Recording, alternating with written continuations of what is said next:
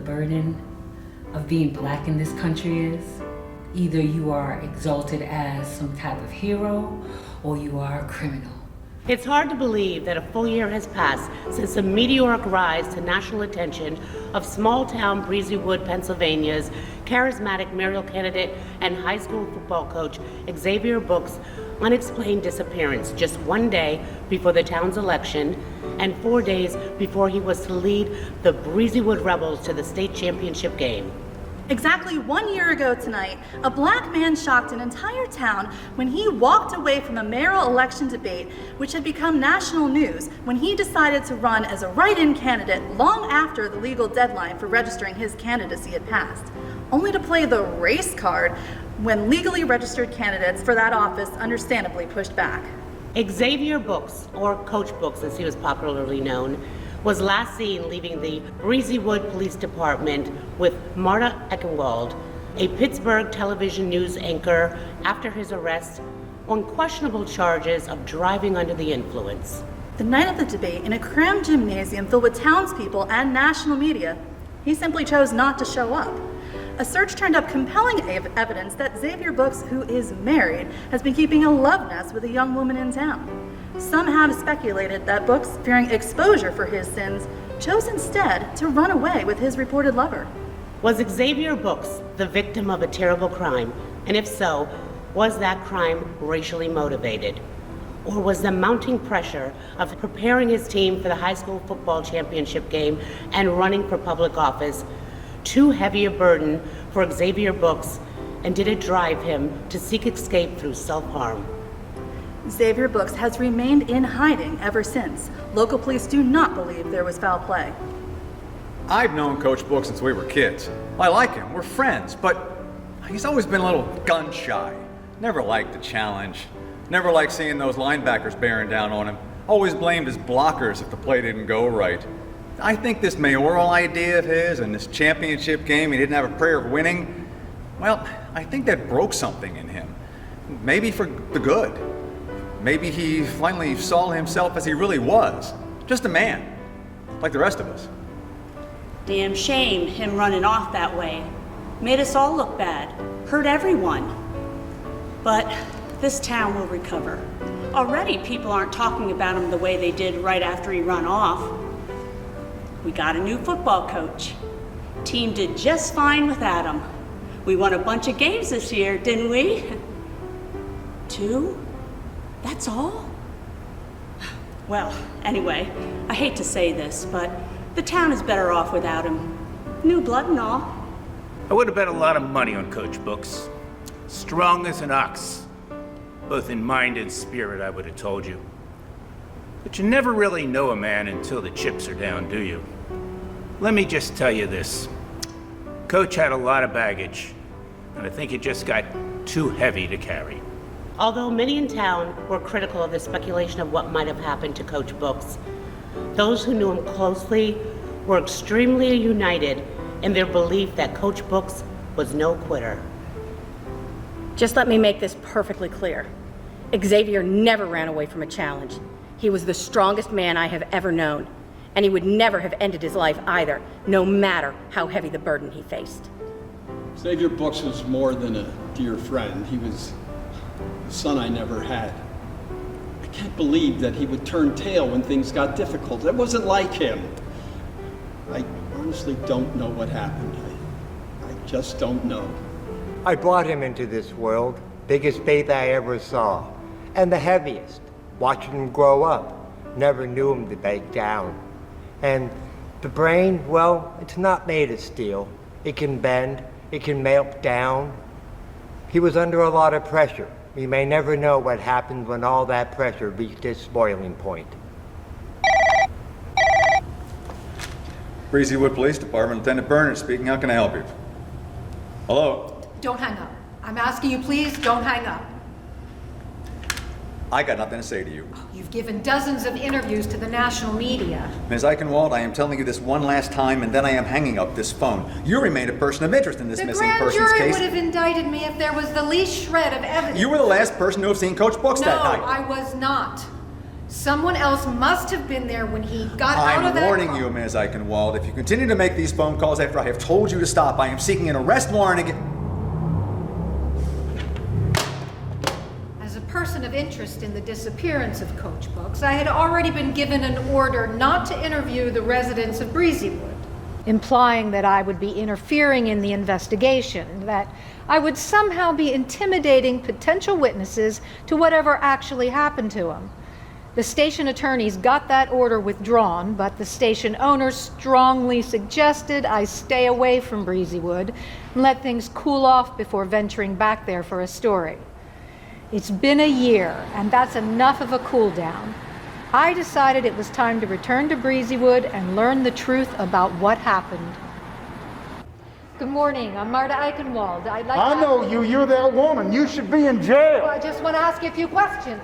Good, hi there, I'm You Marta. have a hell of a nerve coming back here after what you did. What is it you think I've done? He was a married man, you know. I just want to know what you think. Hi, I'm Marta Eichenwald from WB. No comment. I haven't asked you anything yet. Why do you say no comment when you haven't heard what I have to ask? What does everyone in this town have to hide? Do you know anything about the disappearance of Xavier Books? He's gone missing. Well, I just had better go look for him. What do you think happened to him? I'll tell you exactly what I think. It's exactly what I told Coach Books when he came by my house asking me to vote for him for mayor. Well, thank you for speaking with us. What did you tell Coach Books? Well, I told him that I have never been so proud to be a member of the Breezywood community as the day that he decided to step forward in the service of his town. And I told him that I would back him both in spirit and in checkbook if necessary. What did Coach say in response to your show of support? Oh, he was very grateful. He thanked me profusely. Coach Books was such a polite man.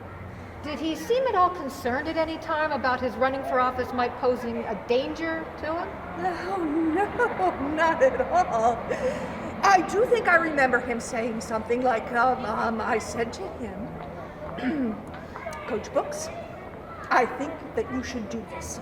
Xavier, for yourself and for Teresa, his wife, I think you should do it for our town. Do it. Well, thank you very much. Hello, sir. Do you mind if I ask you a few questions? Young lady? Why, of course you may. Well, I'd like to ask you about Xavier Books and about his sudden disappearance a year ago. Why would you want to do that? Don't you find it odd that someone could just disappear off the streets without a trace? Get the hell off my street. I'm sorry? What? I said get the hell out of my city. Do you even want me to keep filming? I mean, can we go back to Pittsburgh so I can take a shower and wash the stain and the stench of this town off of me? Maybe it's the camera. I think you're scaring them off. Look, just go back to the hotel and wait for my call. I'll try going about this a different way. Mayor Phelps? Hello? Anyone here? Mayor Phelps? I'll be right with you.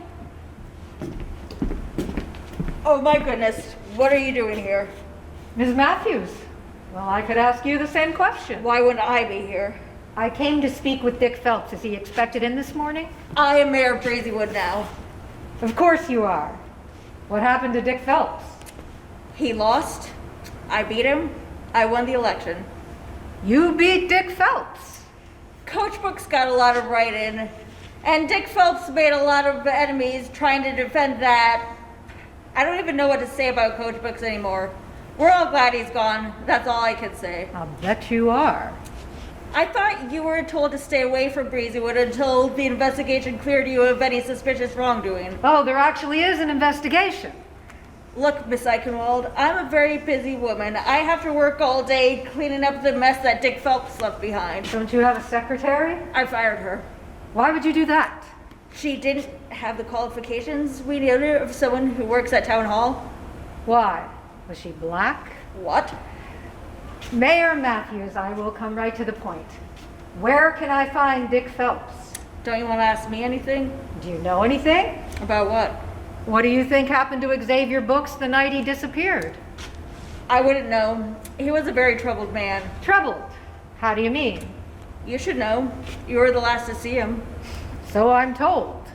Why would he have called you to pick him up from the police station that night? Why wouldn't he have called his own wife? Why do you think? I'd rather not put it into words. Oh, please, I'd like to hear what the new mayor of Breezywood, the woman who stood up in that debate and said for all the world to hear, I am Breezywood. I'd like to hear what she thinks happened to Xavier Books. He was fucking every white woman in town. You don't say. Oh, well, that's quite an admission. So when exactly did you and Coach Books first become involved with each other? What? Well, you said that he I was didn't mean it like every that. woman in It's town. just a figure of And that speech. would include you, I didn't mean it presumably. like that. Of course not. How did you mean it? He was shacking up with that girl who lives across from the park, that shampoo girl at the salon. Everyone knows about it. And we don't do things like that in Breezywood. And the men in town don't much like it when their women take up with, I've said enough. Do you think that they even recognize that he was slowly vanishing right before their eyes because they never acknowledged him? They needed him, and that's the only time that they saw him. Dick Phelps was the one I had to talk to. So I went to his diner. He wasn't there. Neither was his manager, Angie. So where does a town's leading entrepreneur and former mayor spend his day?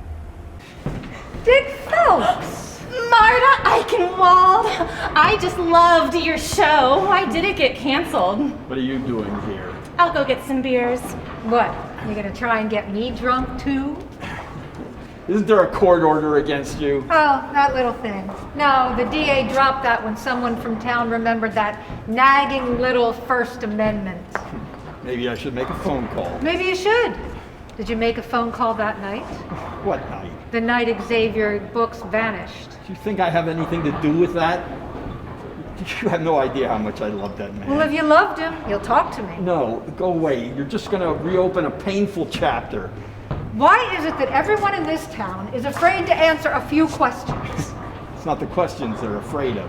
It's the way you'll spin the answers. I'm not getting any answers. Well, you're trespassing, so hasta la vista. Oh, no. I paid for 3 games in this lane next to yours. If anyone asks, I'm bowling. Well then, bowl. When's the last time you spoke to Xavier? Jesus Christ! What happened to Xavier Books? How should I know? Because if he were going to go away, he would have talked to you about it first. That's ridiculous. You're the one person in this town he would have come to if he was in trouble. You don't know what you're talking Yes, about. I do. Even though you set him up in the diner that night. We were just trying to help him understand what he was up against. Yeah, what? You were trying to bribe him to drop out of the race? That was Vic Morris's bright idea. Everyone in town knows you'd stick by him in the end, even if it cost you the election, which, as it turns out, it did. What happened to Xavier Books? I don't know. Who does know? I don't know that either. Well, that answer scares me to my shoes. Why is that? Because if you didn't know something, you should have said that Xavier's the only one who could answer that. Look, if I knew the answer, I'd tell you. I really would. There's just so much about this that I just don't understand. There's a lot to know. What is there to know? What is it you don't understand? I got a bowl. Enjoy your stay in Breezywood. And if I were you, I'd make it short. I have nothing to say to you. You belong to that club too. At least everyone in town has that much in common. Now, I'm a very busy man, and I need you to leave. Why did you try to bribe Coach Books not to run for mayor? Nobody tried to bribe anyone to do anything. Did you really fire his wife when she started to run his campaign with him? Campaign? He didn't have a campaign. He printed up a bunch of cards. He ran around town handing them out to anyone that would take one. Well, if he wasn't campaigning, then his wife couldn't have been fired for helping him. That's correct. She was not fired for campaigning. Then why was she fired? Insubordination. If she was insubordinate, why'd you hire her back a day later? That's confidential. Oh, like the bribe you offered Coach to stop running the campaign you said he didn't have. You people. You make my head spin. Should you go to air with so much of a hint that I tried to bribe Dick Phelps already let that out of the bag. Dick Phelps. Now there's a winner. The town really had him wrong. But it's not an interesting enough story unless something happened to Coach when he refused you. Did he refuse you? I'm not talking to you. All right. Just tell me this and I'll go. What? What happened to Xavier Books? He ran off. How should I know? Are you sorry? Sorry? Why should I be sorry? I had nothing to do with it. To do with what? You said you had nothing to do with it. What is it? His running off. How do you know he ran off? Maybe he was run off. Maybe he committed suicide. How should I know? Well, somebody knows. We were brought here for agriculture for the South and labor in the North for industry. Then when they decided that we were 3/5 of a person, never whole, never complete. So yes, he was broken.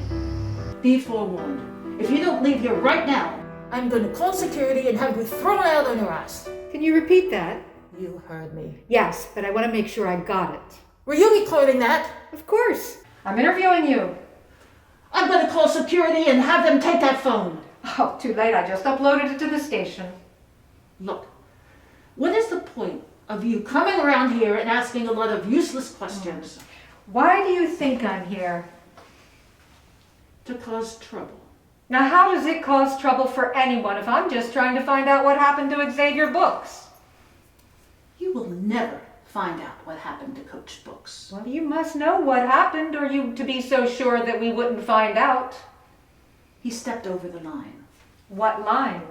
Whose line? He stepped out of bounds, and when he tried to get back onto the field, it was too late. And when he realized what was done, how badly it was going to turn out, he did what every failure does. What? Disappear. A lot of people fall short of some goal or dream, but they don't disappear from the face of the earth. I guess he just didn't have what it takes. And what does it take? To change color? Don't let her pull you into the lie, Xavier. The lie that they're mild men, polite, middle-class white people, who smile and compliment us, who don't want any trouble. They got hatred in their hearts. You can't educate it out of these people. They're invested in our oppression. I heard you were in town. May I come in?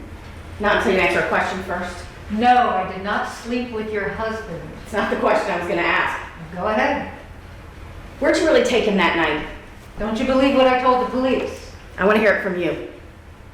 I drove him to his car. He got in and I watched him start it. He gave me the thumbs up and waved for me to leave, so I did. And you never saw him again? I did not. And he didn't call you? No. I wish he had. Me too. You can come in. Thank you, Mrs. Books. May I call you Teresa? Yes. All right, Teresa. I need you to be candid with me, otherwise we're just wasting each other's time. I've got nothing to hide. Go for it. All right. What was Xavier's relationship with Lori Meadows, who lived in a house that happened to be across the park from where Xavier's car was found? A house owned by him and that he frequently visited late in the evening and sometimes spent the night. There is so much innuendo in what you just said instead of truth. Xavier would never do anything to bring shame or disgrace upon his family, his friends, or the town of Breezywood, and he hasn't done it now. Do you know about this?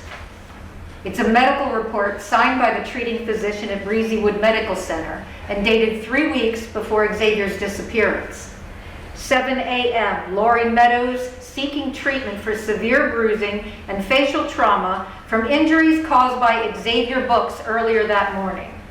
She said, "I got the black eye when I interrupted him while he was shaving." And then afterwards, he just left her there to drive herself to the hospital. She told the doctor he was in a hurry and she was afraid of making him late for his appointment. It's not innuendo, signed and sealed. Is that enough truth for you? I know this. Xavier and I have been married for 12 years, and up until this last year, it was the happiest years of our lives. So who is Lori Meadows? Why is she living in a house that he owns, and why does he spend the night there? Lori Meadows is our daughter. His daughter by birth, our daughter by marriage. Daughter? I did extensive research on Xavier and there was no daughter. Lori first contacted him after her mother died. She was somebody he dated briefly while at Bloomsburg. She was white. She never even told him she was pregnant. She dropped out of school. She never told him she'd had the baby. She never asked for any money. Nothing.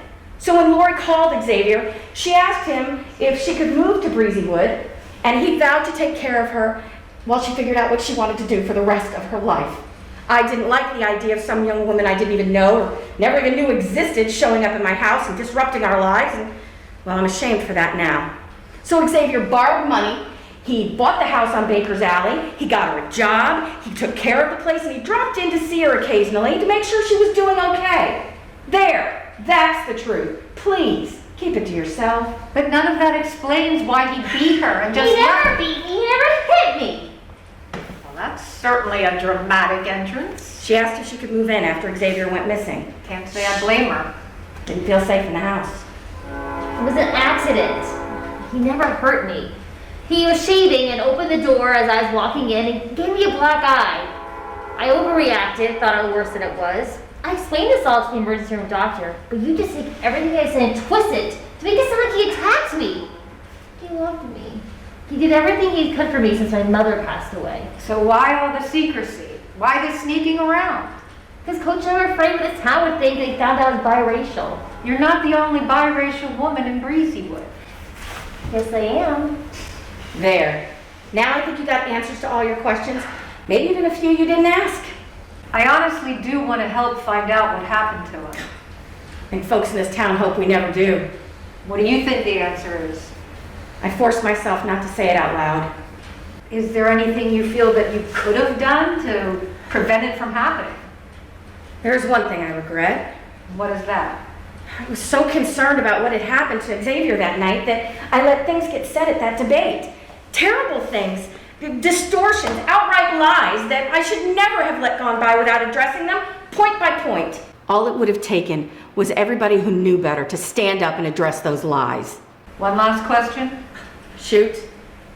What was in the note? You never revealed what he wrote you. There's a reason for that. Which is? Keep people guessing. Of course.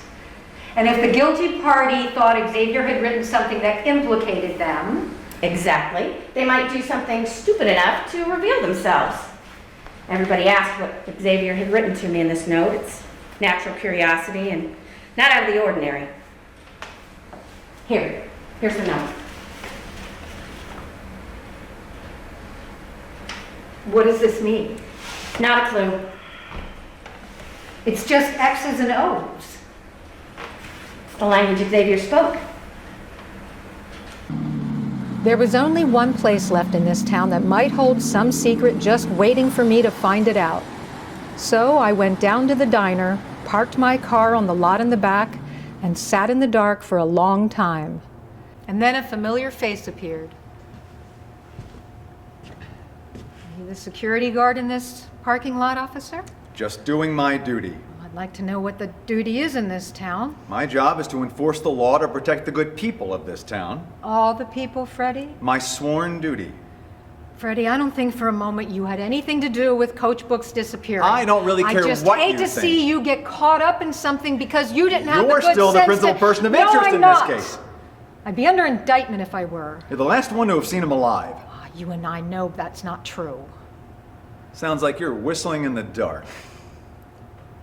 Why don't you get in the car?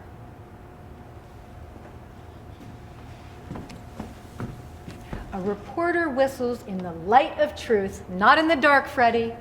And I'm not whistling yet because I'm still looking for the truth. And you're going to help me. I'm not going to help you. Oh, yes, you are. Why should I? You just said it was your sworn duty. Or does protecting the good people of the town not include Coach Books? You know, I can take you in on suspicion of... God, you are so annoying. You can't park here all night. Never a good idea to arrest a reporter doing her job. Have you been drinking? I wish. Got anything on you? What'd you expect to find here? Just retracing steps. Coaches? I don't know. Maybe yours. Don't look at me. I was just doing my your duty. Dirty job, someone's gotta. Like that? Something like that, yeah. Well, what part of your duty were you doing that night, Freddie? No answer. What, Vic Morris, Mr. Behrens, Ms. Morgan, they all got your tongue? Afraid to speak? What happened to him, Freddie? You're the last one to see him. Oh, no. I'm the last person to have been seen with him. That's all the difference in the world. What do you think happened? You're the one still stirring the pot after a year. And this town did everything in its power to keep me from stirring it a hell of a lot sooner. Whatever scent there was is long gone by now. What really happened between you two that night after you left the police station? I told you. I told the DA, I told the grand jury, and everyone else. When I asked him where I was taking him, he said, "What are my options?" That would have been Coach. And I said, "One of them is you could drive yourself home." So he said, "Well, then take me to the diner parking lot." And I did. And we said goodnight, and I never saw him again. You must have a theory. Let me ask you something, Freddie. Why do so many black men and women go missing in this country every year? White people disappear too. Happens all the time. I get the bulletins. But not at the same rate as black men and women. Why is that? Well, you heard the lady from Wolf News at the debate. Oh, yes, I heard her. And everything she said was a lie. Everything? Yes, No. everything. You can trust me on that. Been around a little more than you. Seen a little more. That version of blacks in America is a big fat lie. Well, then you tell me. Why did they disappear? Broken homes, lack of education, poor health? Ah, you keep going, Freddie. I know you're new at this thinking business. What You're is- only scratching the surface. What does it have to do with Coach? He had a good job, he had a wife, he had property, he had success. He just wanted more. Greed, maybe, ego. If a white football coach with his record had run for mayor, no one would have run against him. It would have been a landslide. And he wouldn't have had the whole town come down on him and tell him how inferior he was. Fire his wife from her job, accuse him of having a girlfriend when he didn't. Send threatening packages to friends. And trap him in a DUI. We were never going to carry through with it. Ah, Freddie. Wouldn't you have felt the whole world was caving in on you? You've done everything right your whole life, and you've done it well. But it wasn't enough to have your own town and your friends support you. What more could you have done? Be happy with what you got. Yeah, well, a white man wouldn't have had to have been happy with what he got, would he? I can't answer that. I'm not saying you're right or wrong, mind you. Freddie, What? why do you suppose his car was found by the park? I thought everybody knew that one. His girlfriend lived across the park. Do you really believe that? Sure, he was trying to park so nobody could see No, I him. mean the part about having a girlfriend. Are you serious? Everybody knows about Well, Laurie and everybody Coach. was wrong. What do you mean? If I thought it would bring Coach back, I'd break my trust and tell you what I mean, but I can't. Are you withholding evidence? Oh, Freddie. You wouldn't know what to do with evidence if I handed it to you on a platter. Oh, you're probably right. Freddie, Yes. not being stupid is a full-time job. Yeah, well, I already have a job. Gotta get back on patrol. You go, officer. You keep a good lookout. Never know who's gonna go disappearing next in this town. Well, that was that. I walked the streets and talked with everyone who knew Coach, loved him or hated him. Everybody just calls me Coach. Hey, Coach, how you doing? How you doing? And what had I learned? Xavier Books had reached a little farther than his grasp could hold. He told the truth, mostly, and he loved his town. God only knows why. He got to the brink of something, to the edge of bringing a state championship to a town that had never dreamed it could win a state championship. And he ran for public office as a write-in candidate, and by damned, I think he might have won. He had good ideas, and he was a proven leader. He stirred the town out of a long sleep, and he got them thinking, and he got them participating, and then he disappeared. And the declared right. One of his assistants coached the Rebels in the state championship game. I don't know if they'd have won with Coach at the helm, but I do know they got crushed without him. And never again would the Breezywood Rebels win more games than they lost in a season. The people of Breezywood would never again win more games than they lost either. The town has continued to decay and crumble more rapidly now than before. The people still walk briskly up and down the sidewalks of Main Street, but they will never again pass a large, eternally happy black man standing on the corner. They will never again get to tell him how good a coach he is, or tell him he's a son of a bitch, or ask him to call them later. And they can never again ask Dick Phelps to call that boy of his, because that boy has left Breezywood forever.